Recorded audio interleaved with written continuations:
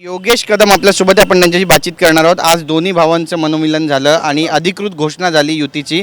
कसं पाहता या युतीकडे? कारण उद्धव ठाकरे म्हणतायत की मराठी अस्मितेसाठी आम्ही एकत्र आलोय. नाही बघा, मराठी अस्मिता असती तर 2.5 वर्ष मुख्यमंत्री असताना मुंबईमधल्या मराठी माणसांकरिता निर्णय घेण्यासाठी ते घाबरले नसते. 25 वर्ष मुंबई महानगरपालिका हातामध्ये असताना देखील मराठी माणसांकरिता कुठलेच ठोस निर्णय नाहीत. विशेषतः मुख्यमंत्री असताना 2.5 वर्षामध्ये मराठी माणसांकरिता एकही निर्णय नाही. म्हणून मला वाटतं आज मराठी माणूस त्यांच्यापासून दुरावलेला आहे.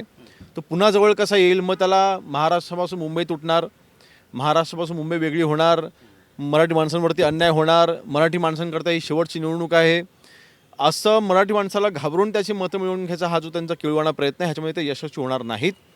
माननीय एकनाथ शिंदे साहेबांचं नेतृत्व शिवसैनिकांनी आणि मुंबईमधल्या मराठी माणसांनी स्वीकारलेलं आहे, महाराष्ट्रामधील शिवसैनिकांनी स्वीकारलेलं आहे.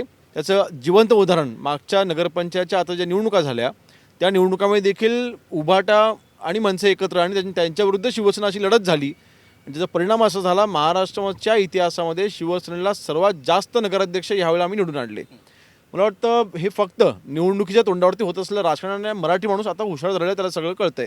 नक्कीच. पण राज ठाकरे यांनी काल पदाधिकाऱ्यांना सांगितलं की जोपर्यंत जागा वाटपाचं सूत्र ठरत नाही तोपर्यंत युतीबाबत कुणी कोणत्याही नेत्याने चर्चा करू नये. आणि आज दोन्ही नेते एकत्र दिसले. आज एकत्र दिसले असले तरी देखील जागा वाटपाचा जो फॉर्म्युला आहे तो त्यांनी त्या ठिकाणी सांगितलेला नाही आहे. ते कारण सांगतो कसं आहे, ते फक्त वातावरण निर्मिती करायचा प्रयत्न करतायत. मुंबई महानगरपालिकेची निवडणूकमध्ये त्यांना मराठी माणसांच्या माधून त्यांना ते जिंकायचे ते प्रयत्न करतायत आणि एक प्रपोगंडा तयार करायचा प्रयत्न करतायत. आणि मला वाटतं त्याच्यामध्ये ते यशस्वी होणार नाहीच आहेत. परंतु त्यांना जे काही आता आम्ही देखील फिरतोय वॉर्डामध्ये, आम्ही देखील जातोय, त्यांना उमेदवार देखील सापडत नाही आहेत. अनेक ठिकाणी जिथे आता शिवसेनेच्या आमच्या जेव्हा आम्ही माननीय एकनाथ शिंदे साहेबांच्या नेतृत्वाखाली जेव्हा मुलाखती घेतल्या 2000पेक्षा जास्त इच्छुक उमेदवार समोर आले. आमच्याकडे जर रस्सीखेच इतकी आहे, बाहेरनं उमेदवार घ्यायची तर आम्हाला आवश्यकता नाहीच आहे. उलट आमच्यामध्ये नाराज, मग ते घेण्याकरता ते थांबून आहेत असं माझं तरी मत आहे. पण राज ठाकरे म्हणतात की राज्यात मुलं पळवणारी टोळी सक्रिय झाली. ज्यावेळी त्यांना प्रश्न विचारण्यात आला की युतीचं जे सूत्र आहे ते जागा वाटपाचं सूत्र तुम्ही का नाही सांगत आहे, त्यावर त्यांनी म्हटलंय की राज्यात मुलं पळवणारी टोळी सक्रिय झाली, त्यात आणखी 2 जणांची भर पडली आहे. राजसाहेब खूप सिनियर लीडर आहेत, त्यांच्याबद्दल मी वैयक्तिक काही बोलणार नाही. परंतु आम्हाला ती आवश्यकताच नाही आहे ना. आज आमच्याकडे इतके इच्छुक उमेदवार आहेत आणि जे सक्षम आहेत. बरं, ते आज काय ते आजचे शिवसैनिक नाही आहेत.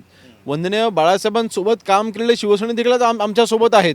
आणि ते आज म्हणजे 30-30 वर्ष शाखाप्रमुख असले आज इच्छुक उमेदवार आमच्याकडे असताना असे बाहेरनं आम्हाला कोणाला आणायची आवश्यकताच नाही आहे.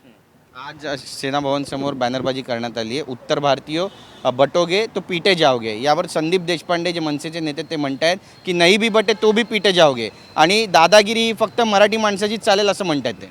बघा, शेवटी मुंबईमध्ये अर्थातच मराठीला महत्त्व आहे. मुंबईमध्ये महाराष्ट्रामध्ये मराठीला 100% महत्त्व आहे. मराठी माणूस हा आमच्याकरता केंद्रस्थानी आहे. परंतु तुम्हाला अमराठींची मतं मिळत नाहीत का? तुमच्या मनसेमध्ये अमराठी तिथे किंवा उत्तर भारतीय पदाधिकारी नाही आहेत का? मग तुम्ही त्यांना पण मारणार का? हा माझा त्यांना सवाल आहे. मग त्यांना पण मारा तुम्ही, तुमच्याकडे आहेत त्यांना पण. माझं म्हणणं आहे फक्त निवडणुकीच्या तोंडावरती करत असलेलं राजकारण आहे आणि फक्त मराठी मतांकरता त्यांना आज फक्त आठवण आलेलं आहे. 6 महिन्या अगोदर हे वातावरण का त्यांच्याकडे नव्हतं? 6 महिन्या अगोदर ते काय एकत्र आले नाही? ज्यावेळेला उद्धव ठाकरे ज्यावेळेला मुख्यमंत्री होते त्यावेळेला ह्यांनी त्यांना का नाही साथ दिली? चला तुम्ही मुख्यमंत्री आहात, चला आपण मराठी माणसाकरता आपण हे निर्णय घेऊ. त्यावेळेला का त्यांच्यासोबत ते गेले नाहीत? म्हणून मला वाटतं फक्त मुंबईची सत्ता मिळवण्याकरिता मराठी माणसांची दिशाभूल करायचा त्यांचा हा प्रयत्न आहे. नक्कीच. एक महत्त्वाचं विधान त्यांनी केलं आहे की मुंबईचा महापौर हा ठाकरेंचाच असेल आणि तो मराठीच असेल. नाही, मुंबईचा ह्याच्यामध्ये फक्त एकच करेक्शन म्हणजे आमची बाजू. मुंबईचा महापौर हा मराठीच असेल, परंतु तो महायुतीचा असेल. नक्की. धन्यवाद आमच्याशी बातचीत केल्याबद्दल. तर आपली भावना या ठिकाणी व्यक्त केलेली आहे आणि मुंबईचा महापौर हा मराठी असेल आणि शिवसेनेचा असेल, महायुतीचा असेल असं आता नेत्यांनी बोलायला सुरुवात केलेली आहे. नेमकं काय घडणार आहे पाहणं महत्त्वाचं ठरणार आहे. कॅमेरा पर्सन सिद्धेश नाईकचा गिरीश गायकवाड, TV9 मराठी, मुंबई.